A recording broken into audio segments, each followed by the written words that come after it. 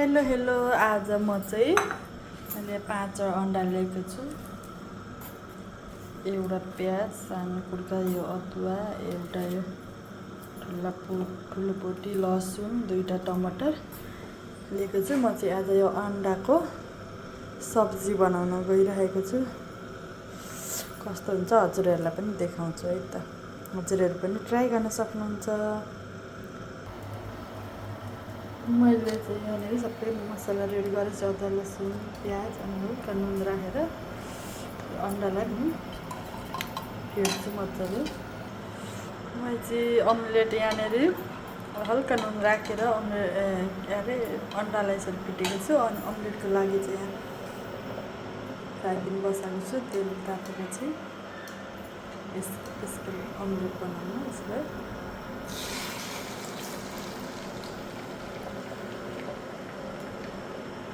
मैले चाहिँ यसलाई छोपिदिएको छु। मैले 5वटा अन्डाको एउटै सिङ्गै मुठो खालको अम्लेट बनाएको नि त, यसलाई मुठो खालको अम्लेट चाहिन्छ।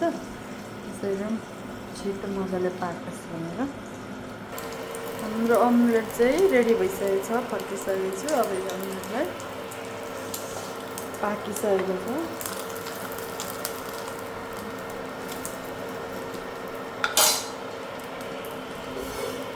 अम्लेटलाई निकालेर यता यसमा साइड लगाएर राखिदिनु।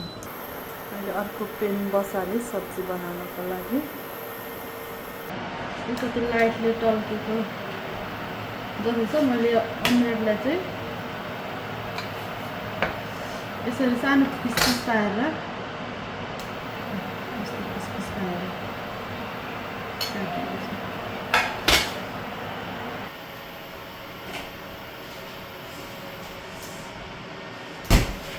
अब यो तातिसकेको छ।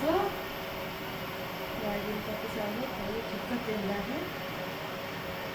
अलिकति लो गरिदिनु पऱ्यो। अलिक धेरै तातिसकेको तेल राखेपछि सुरुमा हजुरहरूलाई चाहिँ के हाल्न मनपर्छ? म चाहिँ मेथी,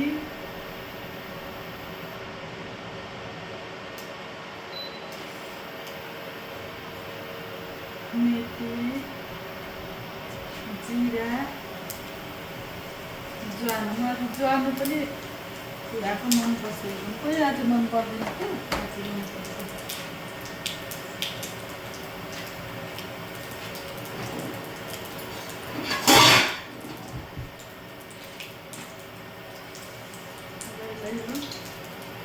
रातो भएको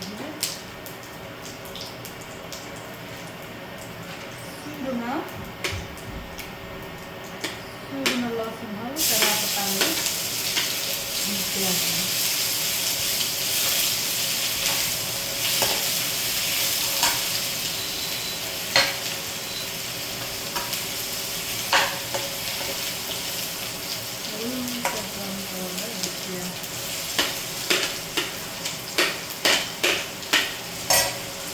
प्याज हालेपछि अलिकति नुन पनि राखेर प्याजलाई दिन्छु। छिटो भुटिन्छ भने यसलाई रातो हुन्छ।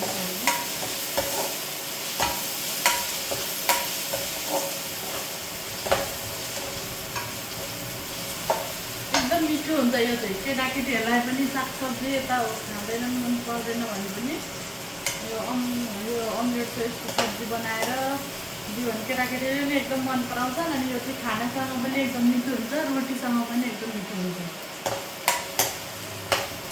कोही बेला सब्जीहरू सिद्धिएको हुन्छ, केही हुँदैन, अनि के पकाउँ भनेर भएको बेला अब अन्डाहरू छ भने घरमा के पकाउँ भन्ने लागिरहेको छ भने चाहिँ यसरी हजुरहरू पनि ट्राई गर्न सक्नुहुन्छ। म थोरै टाइम पछाडि यो प्याज रातो भएपछि फेरि यहाँनिर प्याज ब्राउन भइसकेको छ। अब म बेसार राख्छु। बेसार राखेपछि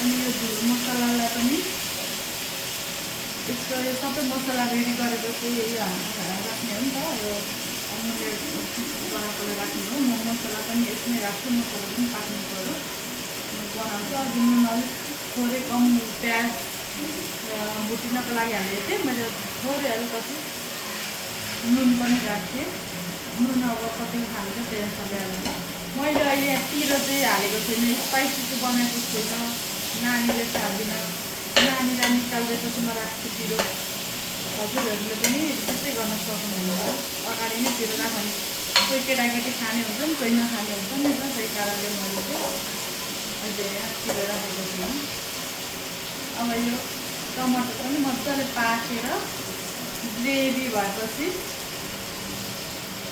ग्रेभी हुन्जेलसम्म टमाटरलाई पाक्न दिने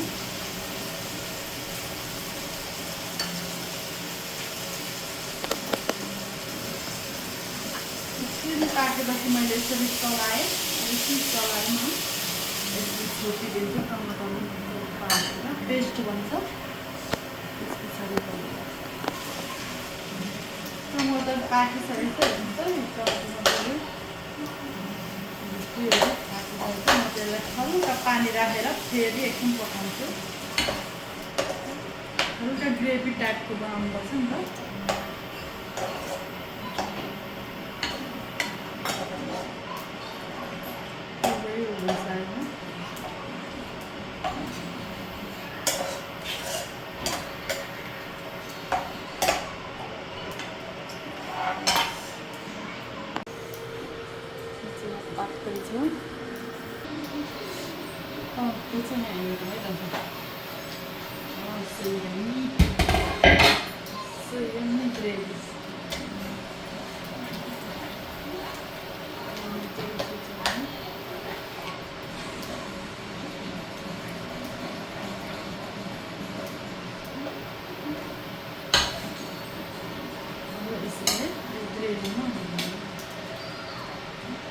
यो चाहिँ हजुरहरूको इच्छा अनुसारको पिस बनाउन सक्नुहुन्छ है बरु सानो पनि गर्न सक्नुहुन्छ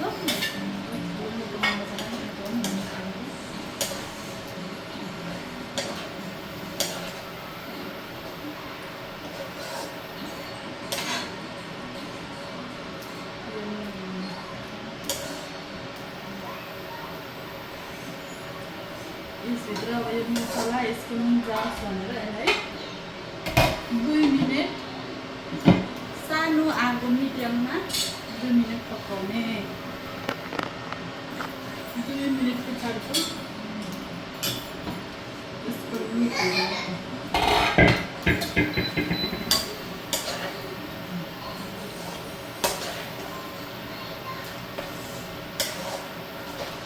नानीलाई मजाले निकालेर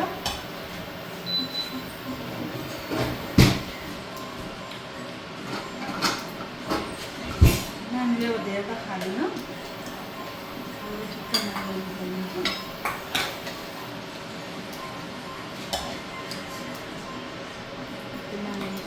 यो चाहिँ नानीहरूलाई रोटीसँग स्कुलको लागि टिफिनको लागि पनि पठाइदिँदा हुन्छ है रोटीसँग स्कुलमा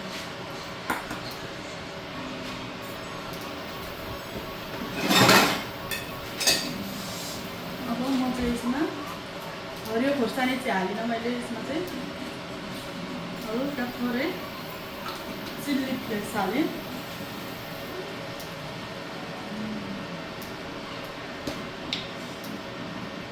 अनि यो कडी मसला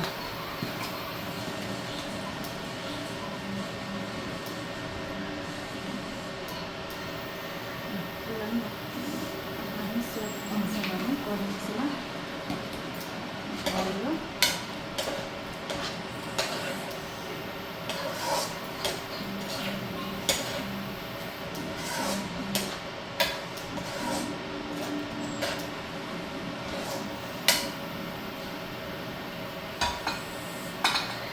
यसलाई मसला हालेको छु नि त 1 मिनट पाक्न दिनु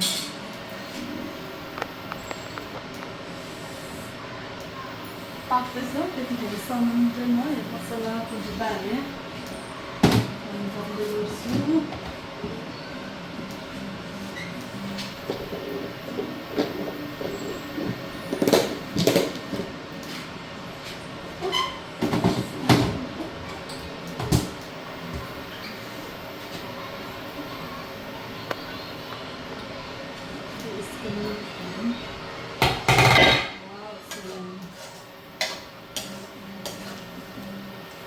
हजुरहरूलाई टेस्ट गरेर बताउँछु है त कस्तो भयो।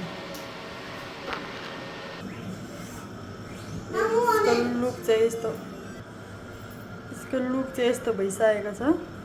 त्यही खाउँ लाग्ने मैले यहाँ टेस्ट गर्नको लागि लिएको छु। हजुरलाई देखाउँछु त कस्तो भएछ।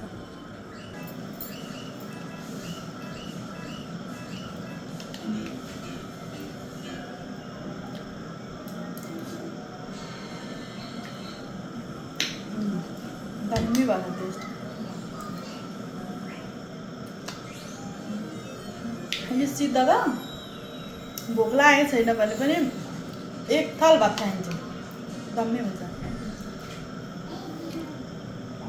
हजुरहरू पनि ट्राई गर्नु होला।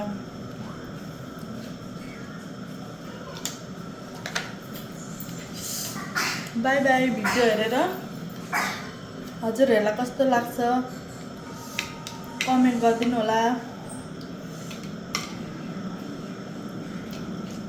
मन पऱ्यो परेन कमेन्ट गरेर भनिदिनु होला। म पनि हजुरहरूले कमेन्ट गर्नुभयो र यसमा केही सपोर्ट गरिदिनु भयो भने सब्सक्राइब केही सपोर्ट गरिदिनु भने अरू थुप्रै नयाँ भिडियोहरू लिएर आउनेछु। By by.